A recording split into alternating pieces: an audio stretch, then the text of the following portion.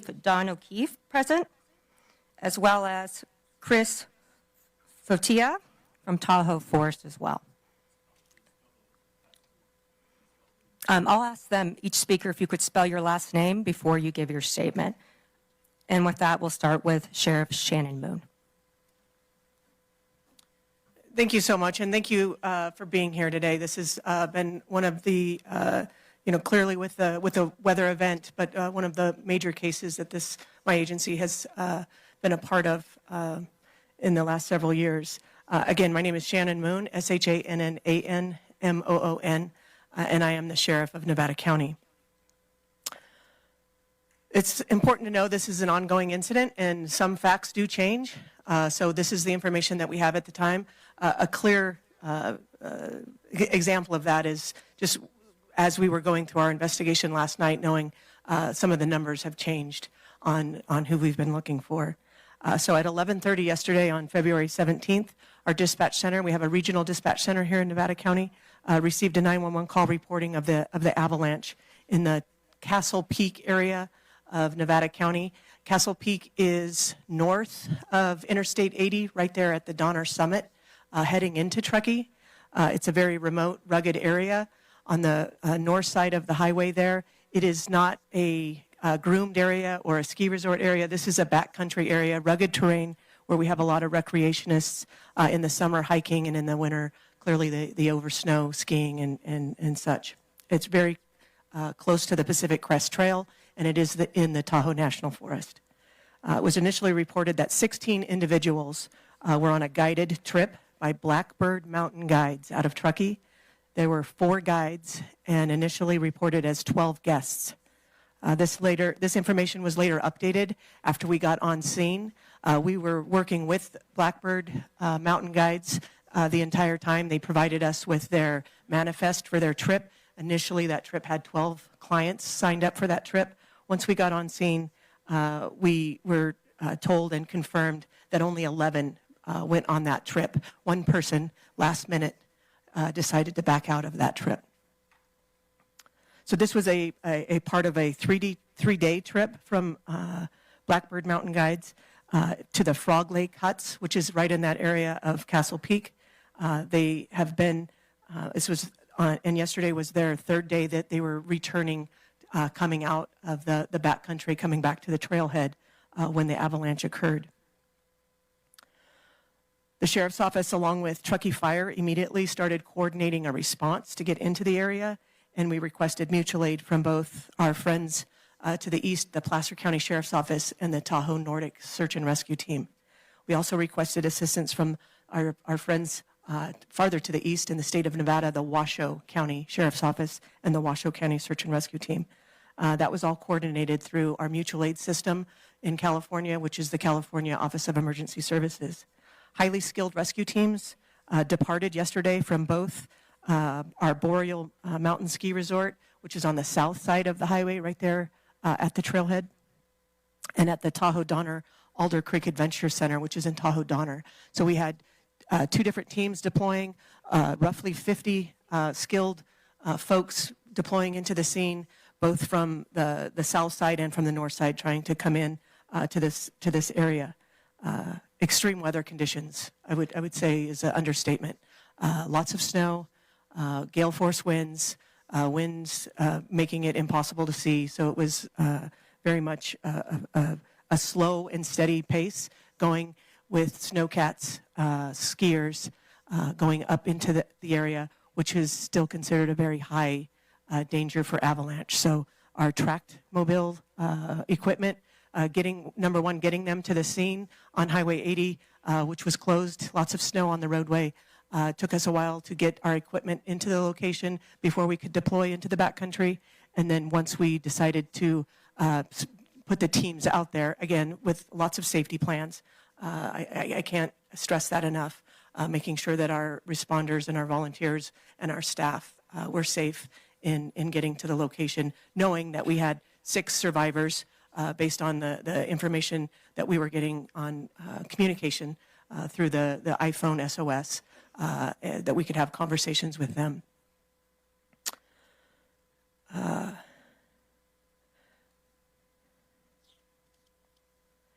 Once we arrived at the location, it was just after 5:30 p.m. last night when we had a snowcat that was able to get to about 2 miles before they got to the scene.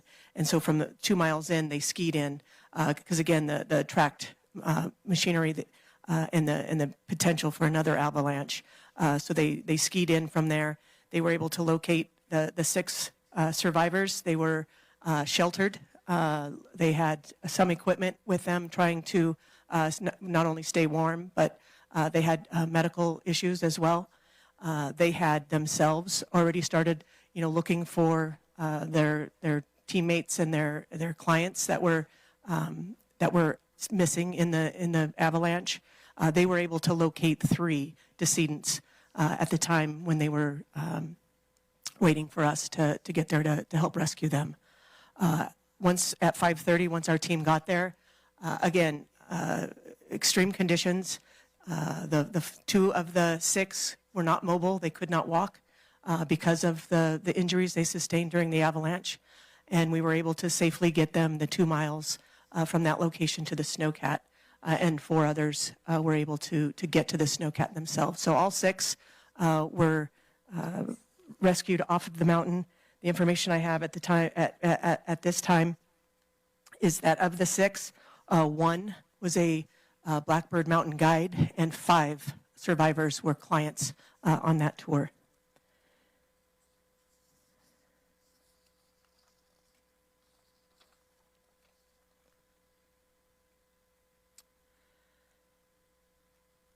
Of the folks that are missing, so again, a total of 11, right?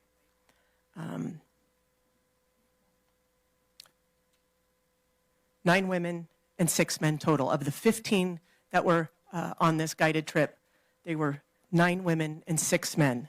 We were able to rescue 1 man and 5 women. So the survivors, ranging in ages from 30 to 55 years of age. 8 of the 9 additional skiers have been located deceased. We are still looking for 1 of the members at this time. Due to the ongoing challenges of the weather, the avalanche conditions, the effort remains ongoing, as well as our search for the remaining skier. But the weather is a factor. It's not a resource issue as we speak. It is a weather condition and safety condition for our response teams. Of the 2 that were injured, 1 individual was stabilized last night and released. 1 is still being treated at the hospital. I've been told both subjects are non-life-threatening injuries, so that's good to know. The guide company has been very cooperative, providing us the individual information from their trip. They also had members arrive at our location when we deployed into the field, and they responded with us. They wanted to do everything that they could to assist. The cause of death clearly will not be able to be confirmed. One, we still have to get to the decedents. We still have to be able to identify those decedents. And then we will determine through contract with Placer County. We contract with them for all of our pathology. That should take some time to determine mechanism of injury and truly the cause of death for these individuals. The avalanche yesterday was about 1 mile away from a different avalanche that occurred at the beginning of January in that same Castle Peak area.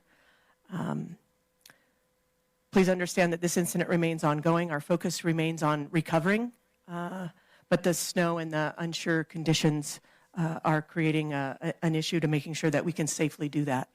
We did have a conversation with the families of the folks that are still outstanding and let them know that our mission has went from a rescue to a recovery. It's a difficult conversation to have with loved ones, so I please ask for your patience with the family members. This is ongoing, and I can't even imagine the amount of questions and stress that those families are going through right now as we move forward through this. Public safety reminders. Check avalanche forecasts and weather reports before traveling anywhere in the backcountry. Locally, the Sierra Avalanche Center is a great resource. Avoid closed areas, posted areas, avoid all of those high-risk areas. Always communicate your plans. Travel with a partner, share your route, and consider all of the avalanche training dangers that are in our beautiful community, but definitely a high danger for that. So with that, I'll ask the Placer County Sheriff Wayne Wu to come up and talk about that mutual aid that his agency reported and responded with us. Thank you, Sheriff Moon. My name is Wayne Wu, W-O-O. I'm the current sheriff of Placer County. First of all, on behalf of myself and all the men and women of the Placer County Sheriff's Office, I want to offer my condolences to the family in this very trying time. The Placer County Sheriff's Office, the Washoe County Sheriff's Office, and the Nevada County Sheriff's Office has a very unique relationship with the challenges of providing services in the Lake Tahoe Basin. We work very closely together, and we value that relationship and provide mutual aid to each other. And I know Sheriff Moon would provide just as many resources to the constituents of Placer County if this emergency were to occur in our jurisdiction. So Sheriff Balaam with Washoe County couldn't make it over the summit. He tried to be here today, but I appreciate all of his efforts in this response as well. On the initial response, the Placer County Sheriff's Tahoe Nordic Search and Rescue Team responded with 2 snowcats and 28 members of our search and rescue team. I can't speak highly enough of the men and women that make up the Tahoe Nordic Search and Rescue Team. They are some of the highest rated, best, most well-trained, selfless servants that you'll find in the country right here in the Lake Tahoe Basin. These are true heroes that answer the call and selflessly serve and put themselves in harm's way when we call and there are other members of our community in need. This incident has specifically struck our organization and that team hard, as one of the 9 missing decedents is a spouse of one of our Tahoe Nordic Search and Rescue Team members. So as you can understand, this has not only been challenging for our community, it's been a challenging rescue, but it's also been challenging emotionally for our team and our organization. We are committed to being here until the end and making sure we make all these recoveries. As Sheriff Moon mentioned, the decedents will be transported to the Placer County morgue upon recovery and getting them off the mountain down at our Roseville facility. But in closing, I would like to add my request to members of the public during this time, and that is please avoid the Sierras during this current storm and in the upcoming days. Avoid mountain travel. It's treacherous. Avoid the backcountry. Please allow us to focus all of our resources on continuing to recover these bodies for the family and bring them home. Just yesterday, while we were responding to this incident, we got pulled off and had to pull resources for other rescues and overdue skiers. So please, over the next couple of days until this incident comes to a conclusion, please avoid the Sierras. And with that, I will introduce California Office of Emergency Services Chief Don O'Keefe. Thank you. Thank you, Sheriff. My name is Don O'Keefe, and it's spelled O''K E-E-F-E. I'm the Chief of Law Enforcement for the Governor's Office of Emergency Services, also serve as a statewide law enforcement mutual aid coordinator. First of all, on behalf of Governor Newsom and Director Tina Curry, I just want to offer our condolences as well to the families. I do want to, before I talk a little bit about the outside mutual aid, I want to echo what Sheriff Wu was talking about, the incredible search and rescue people that do this on a daily basis. The vast majority of these individuals are volunteers. They, a lot of time, buy their own equipment, they train on their own time, and they put a big investment into it. So we really big shout out to our volunteers statewide.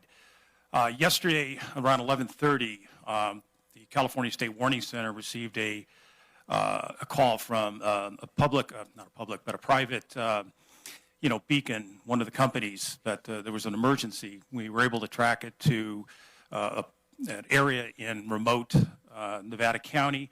We reached out to the Nevada County Sheriff's Office. They had already gotten word of this incident. My staff responded, and our job in this type of situation, like any mutual aid, is we're there to support the incident commander. Our job is to get the resources that incident commander needs to safely and successfully complete that mission. So during this time period, one of my personnel was communicating with one of the guides for over a 4-hour period, giving information back to the Nevada Sheriff's Office, and coordinating what rescues could be permitted. So we have a very, very robust, as the sheriff said, very robust mutual aid system in California. It usually starts surrounding counties, cities help themselves. Where we really come into it is when resources need to come from regional or statewide. And in this case, the request for specialized equipment. Now, you're talking about a winter situation where you have to have rescuers that, searchers, rescuers that have the right equipment. They can stay out overnight if needed be in this environment. So we reached out statewide as far away as Ventura and Los Angeles County for certain specific type of resources that the sheriff was needing. As she has mentioned, at this point, is not a resource issue. The resource has been met. However, we here at Cal OES will still be assisting through the recovery process to get that whatever is needed to recover the decedents from where they're at right now. So with that, that's all I have right now. Thank you. I'll be around to answer questions later on. Thank you.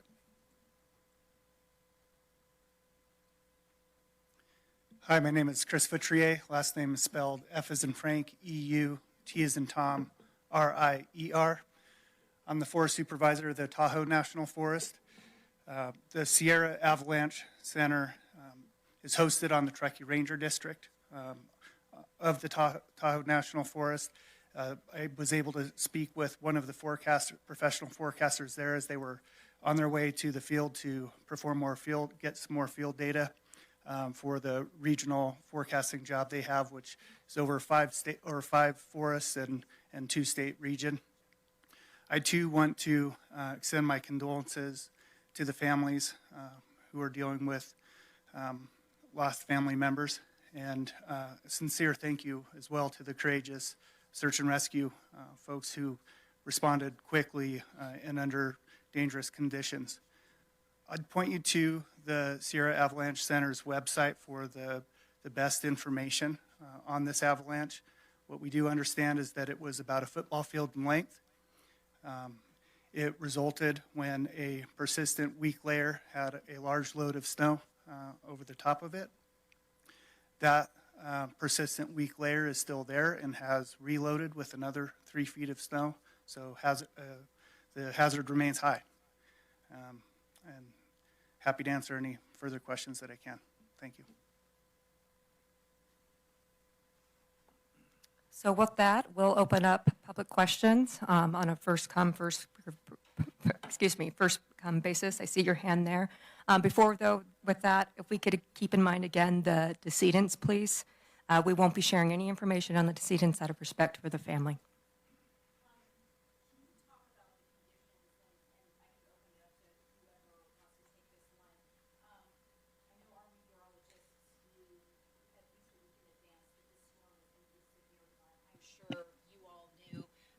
Resources mobilized. I'm sure that everyone from Caltrans to CHP had realized that this was going to be a major storm system. In situations like this, is there a cautionary message that you would like to convey to the community, knowing that a storm like this was coming in and that the avalanche danger was going to be high? Going forward, how can we prevent disasters like this from happening? Yeah, thank you for the question. Yeah, lots of forecast on this storm. Those are the decisions that the guide company clearly had made. We're still in conversation with them on the decision factors that they made, but definitely a heed for everyone. You know, the backcountry it's beautiful. There's not a lot of people out there, and that's where a lot of people like to recreate. I myself like to recreate in that area. But Mother Nature does not seem it doesn't seem to matter, right? No matter how prepared you are, no matter how experienced you are. And again, heeding the warnings of it takes all resources from multiple different agencies to respond to emergencies. And when we have multiple emergencies going on, we too had a different search and rescue mission in the north section of our county, just because of the amount of snow that was coming down. So recognizing it's not just you, that you're impacting the potential for resources getting deployed somewhere else. And yeah, trying to put that information out as much as we can. We have great partnership with all of the media and listening to your guys' newscasts, listening to our local newscasts on the prediction of that weather, I think is important. And most people do heed that. In this particular instance, it was day 3, they were on their way out, and they came across this avalanche. So appreciate the question.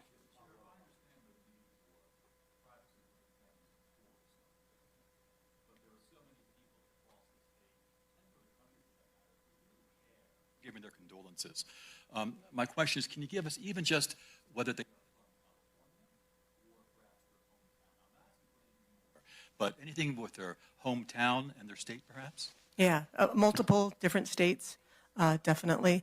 And again, we did have a conference call with all members this morning, and we assured them that we would not be putting names out.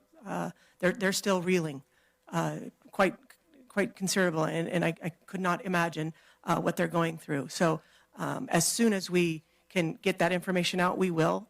And the first people that are going to hear this information clearly is the families that are affected. Again, this affects not only our communities, but other communities. We understand that, and we appreciate the media's assistance with us in getting that message out. Original question. I know that you said you're speaking.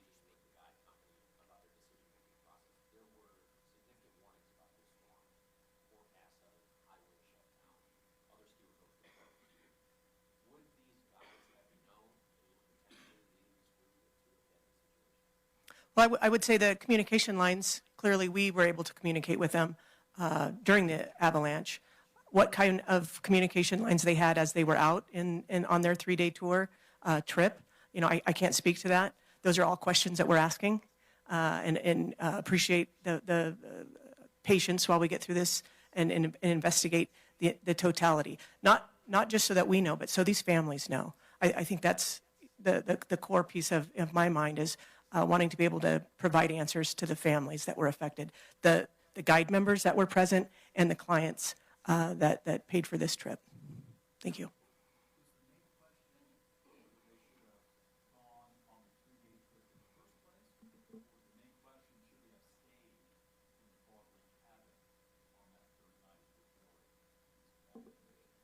I don't think either of them could be considered main. They're both great questions. Yeah. Can you give us some more information on the rescue itself? How far away from the group that were found compared to those who's now deceased, and were they carried down, far down the mountain? I'm going to refer to my operations captain, who is the incident commander for the duration of that first operational period, Captain Rusty Green.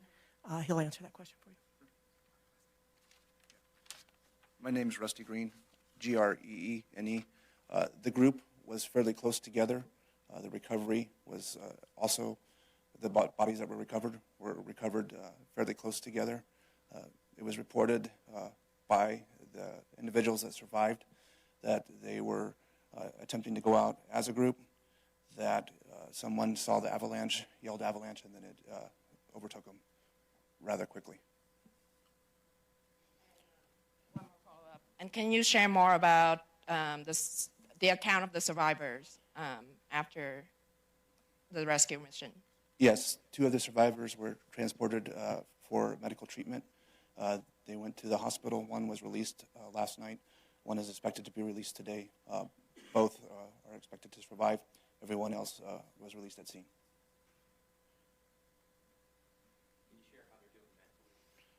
That I cannot. I can only imagine. I think you can too.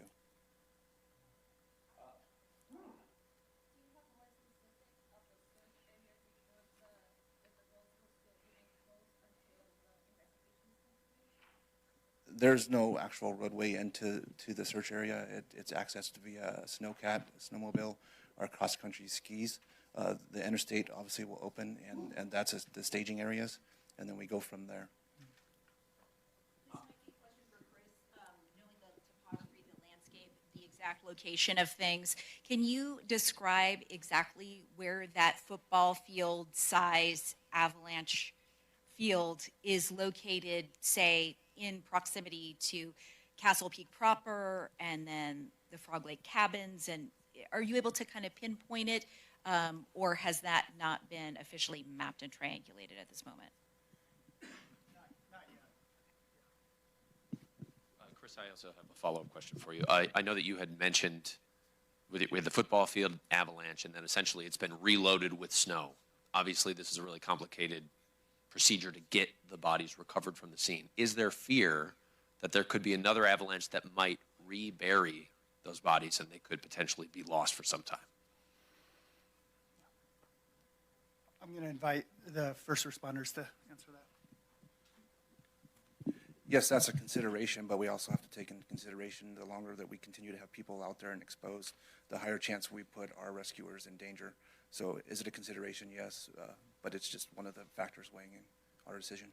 And talk about the complicating factor of another big storm headed our way with snow continuing to pelt the area and then even to lower elevations.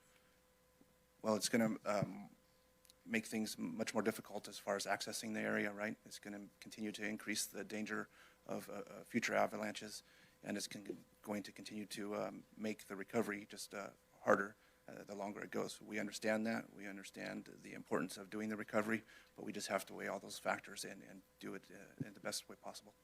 Did the group have any equipment, any airbag that would help them survive an avalanche? I don't know if they had any of the jackets that inflate or anything like that. I do know that the 8 individuals that were found all had beacons on. How many bodies have been removed from the scene? Did you say 8? Was that the number that you were saying? 8 have been found at the location.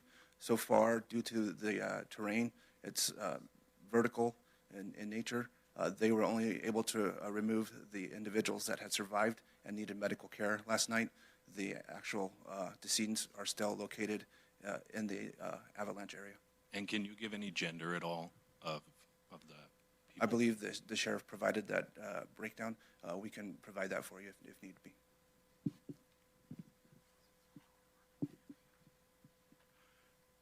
Where the decedents are placed, we did our best to put them in an area that we can recover. We have put avalanche poles there. We've done everything we can to make it so that, given the opportunity, we can get in and do a fast recovery. If the weather gives us that chance, but again, it's going to depend on how the weather goes for the next couple of days. Just a little more detail. So moving forward, what is your schedule? Are you actively trying to recover today, or is this going to be a matter of days or weeks ahead? Yes.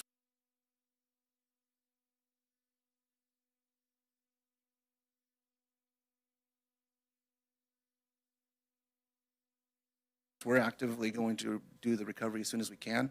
We currently still have approximately 20 resources assigned to this incident. We have an incident command post still set up. We have individuals looking at the weather and trying to get an opportunity to get in there. And a big storm coming in tonight, right? Correct. Sheriff Moon, I don't know if you could elaborate on this a little bit further. A moment ago, you had talked about how this wasn't a resource issue. This wasn't an issue of your crew members being unsafe per se because they are highly skilled and they know what they're doing. But to a degree, does it put our search and rescue teams in danger when outdoor enthusiasts make the decision to go out in storm systems like the one that we knew was in the forecast? Yeah, absolutely.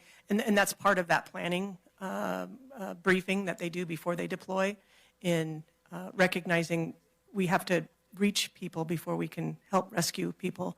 And, those decisions are made on scene by the folks that are going to be getting deployed and making sure that they have the right equipment, the right training, and the confidence that they can reach the folks.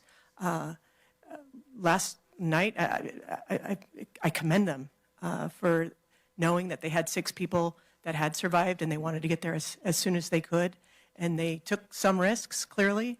I would say they were through information.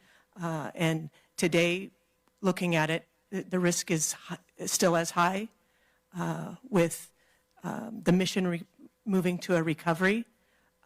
We want to really make sure that our first responders are safe and have all of the confidence that they can get there. And that was the conversation that we had this morning with the families.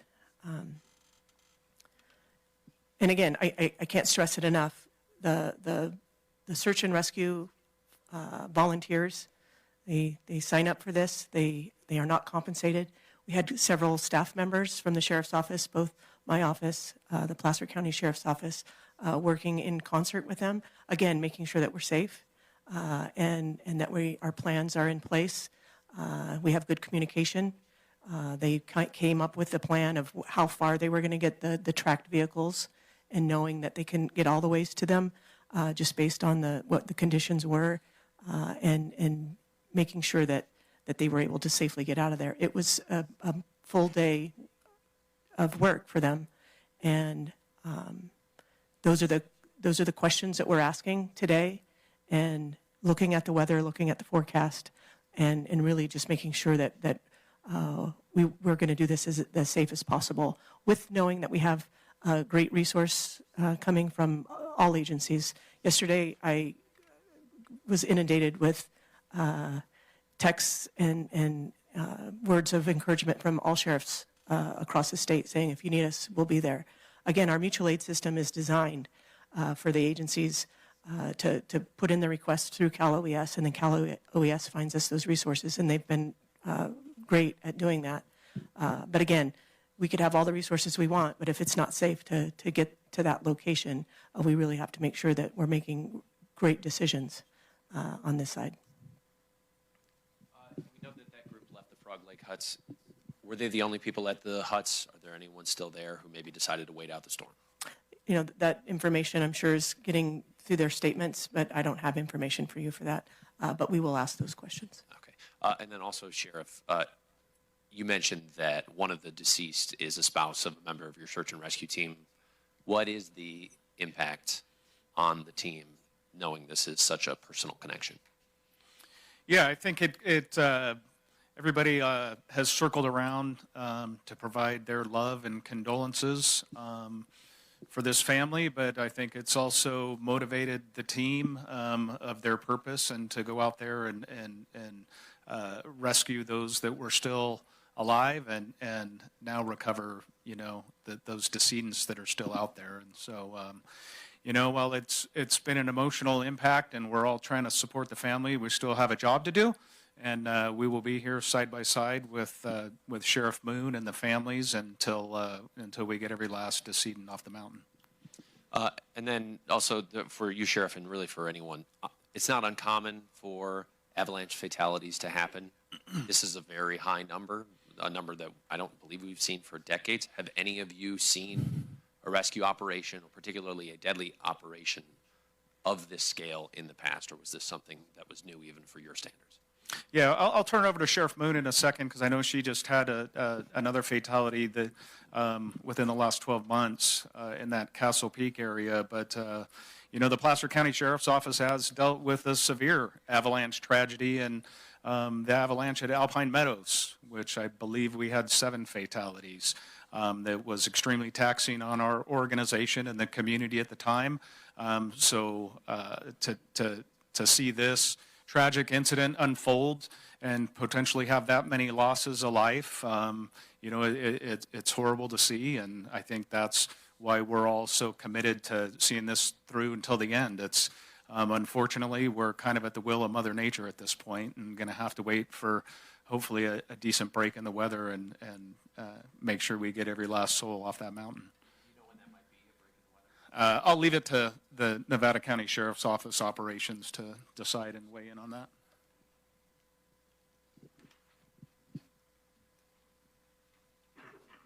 Yeah, and looking at the data, of the 9 folks that are still on the mountain, 7 are female and 2 are men. And Sheriff Moon, I want to make sure we get the timeline of when you mentioned all of these discoveries were made.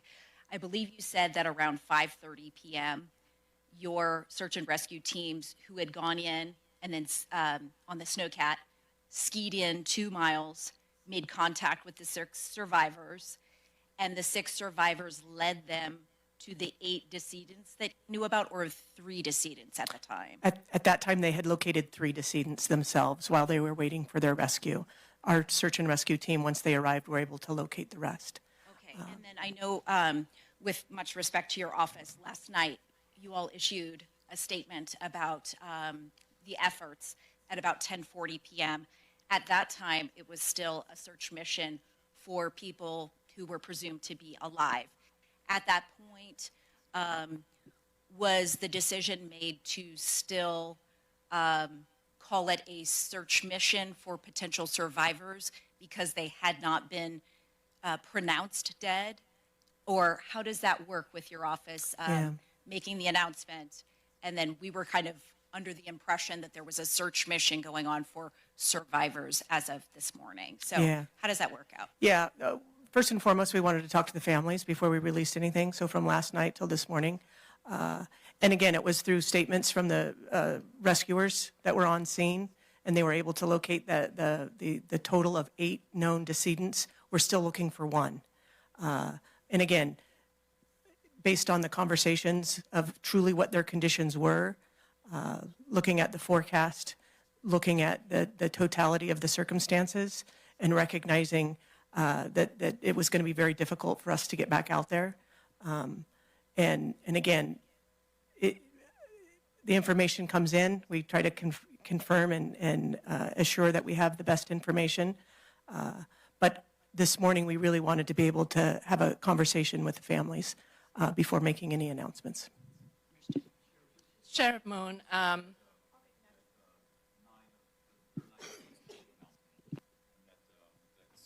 female, 2 are men. And so 3 of that group are guides. Can you tell me the gender of the guides who have been deceased? Yeah, we are not releasing that right now. So just the numbers of who we're looking for as far as gender. Sheriff Moon, can you help clarify? Were 4 guys on the trip. You say 1 were a survivor. Does that mean the other 3 died? As presumed correctly. Specify of the surviving guide, if the surviving guide was a man or a woman? Was the surviving guide was a male. The 1 man was a guide, and then 5 women that were. Correct. Correct. Thank you. Sir. Could you provide more information on the 1 person that is still unaccounted for? Was it a man? Was it a woman? Is there any chance they could potentially still be alive, or at this point, are they potentially presumed dead? Presumed deceased, just based on the totality. The statements of the group was together. And again, the conditions, I wasn't on the scene with them last night, but I've seen some of the documentation, pretty horrific. They were able to locate 8, and then the Snowcat was ready to go. So everybody got loaded up and brought down the mountain. Again, took several hours to get from the Snowcat back down to the trailhead, where we met with some ambulances from Truckee Fire to get the injured to the hospital. And the other folks got some quick statements. But again, this is an ongoing investigation, and we're going to be getting a lot more of those detailed statements as the days move forward. So just to clarify, did that mean that would be 9 people that would have died in this incident? Correct.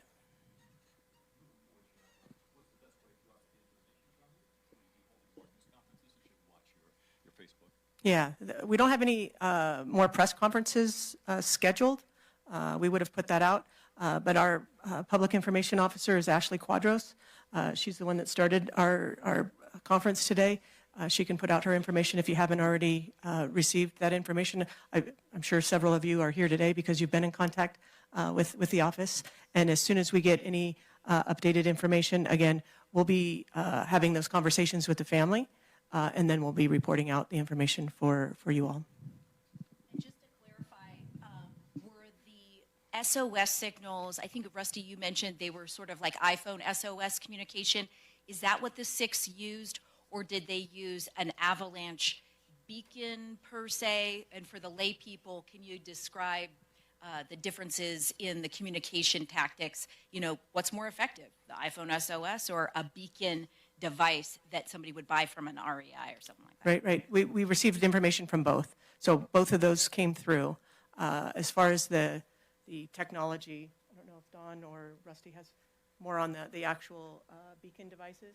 Yeah, if you want to. Yeah, the communication that we were with, I believe, was one of the guides. It was through text. He was texting as we were going back and forth.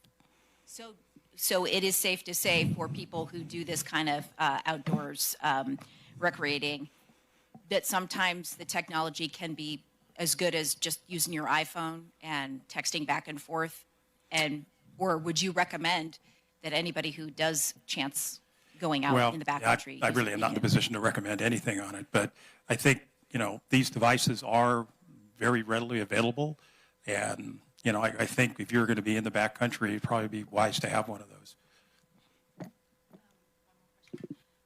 Is there anybody up there who was part of the rescue mission yesterday, and would they be able to tell us a little bit more about what they see out there and what they hear out there? Yeah, based on the conditions at the scene up there, there is no rescuers or first responders in the area. They all came off the mountain late last night with the 6 that we rescued. Oh, I mean up there, right here in the press conference. Gotcha. No, these were all incident commanders from our location here. A lot of the incident commanders that were there last night went back up today so that they could be there. Again, looking at the conditions, looking at the forecast, looking at how much snow did come down, talking with the Avalanche, Sierra Avalanche Center to see truly it still is a very high, they list it as a very high danger. And making those decisions going forward is going to be based off of safety to the responders. Is there a command post that will be set up going forward until the remaining 9 people are recovered? Yeah, we started last night at the Boreal Ski Resort parking lot. I believe we've moved to the Truckee substation. Yeah, our Truckee substation is right on Donner Pass Road, where we have the sheriff's office station. So it's in downtown Truckee. Not about the actual investigation. I know you directed us to the Sierra Avalanche Center. This was listed on the destructive force scale as a D2.5. I know a D2 is it could bury and kill a person. D3 could bury, destroy a house. What does a 2.5 mean exactly? Would you be able to answer that? So it's in between the two, effectively. It can cause loss of life. But it's not as big as a 3. Sorry, don't have any more information. Is it significantly powerful? Is it unusual? Or could you give us some broader context of how frequently we see an avalanche of this power? Unfortunately, while the Avalanche Center is hosted, I'm not an avalanche expert myself, so I'd be guessing. Thanks. We'll just take 1 or 2 more questions. And also, just to clarify, as we've talked about all the individuals involved in that, since there's been a lot of back and forth on guests versus guides, I just want to clarify the people, genders again, just one more time to mitigate any confusion. So we had 15 people total, 9 women and 6 men. Our survivors are 4 men and 2 women. And our at-large presumed deceased are 7 women and 2 men. And again, with that, we'll take 1 to 2 more questions.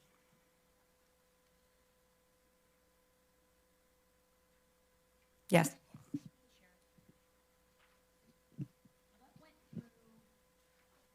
What went through your mind when you realized the totality of this tragedy? Definitely thinking of the folks that were out there.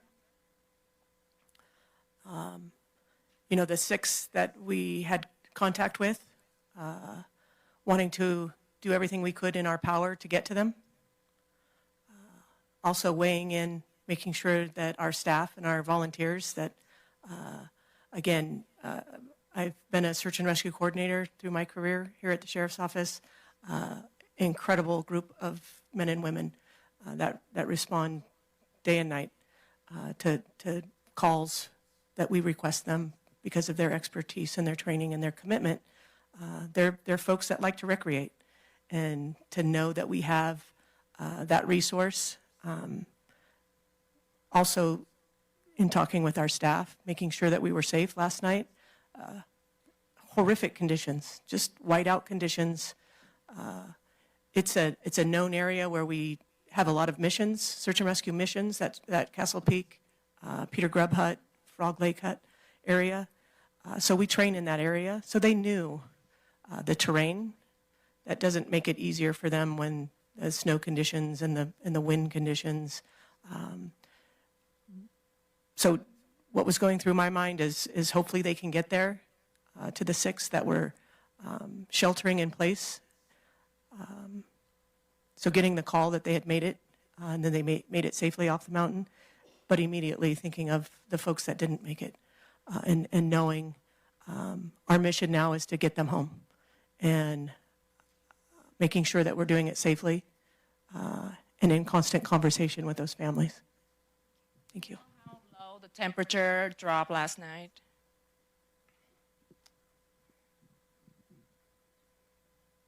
It had to be well below freezing.